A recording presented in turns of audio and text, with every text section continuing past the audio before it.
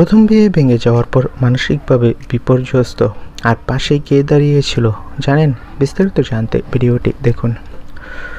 Tollywood আর serial জগতের queen অভিনেত্রী সোনামণি সাহা ব্যক্তিগত জীবনে একবার বিয়ে করলেও প্রথম বিয়ে ভেঙে যাওয়ার পর তিনি মানসিকভাবে ভেঙে পড়েছিলেন ভীষণভাবে।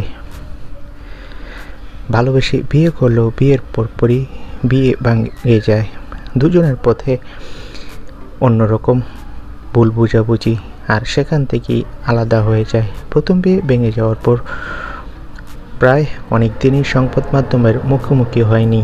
এরপর অভিনেত্রী জানালেন যে সারাসারি হয়ে যাওয়ার পর তিনি মানসিকভাবে হতাশায় ভুগেছিলেন বহুদিন। তবে অভিনেত্রী সাক্ষাৎকারে জানিয়েছেন যে প্রতীক সেন তার পাশে ছিল, যেভাবে তাকে সাপোর্ট করেছে সেটা অন্য কেউ করেনি, তাই তিনি ঘুরে দাঁড়াতে পেরেছেন। অভিনেত্রী বলেন, প্রতীকের মতো মানুষ খুবই কম রয়েছে টেলিপাড়ায়। ওনার সাহায্যেই আমি ঘুরে দাঁড়িয়েছি, এখন নতুন করে স্বপ্ন দেখছি। তো বন্ধুরা, তোমরা কে কে চাও প্রতীক ও সোনামণি সাহাকে বাস্তব জীবনে এক হতে? কমেন্ট করে জানাও। সকলকে অসংখ্য ধন্যবাদ।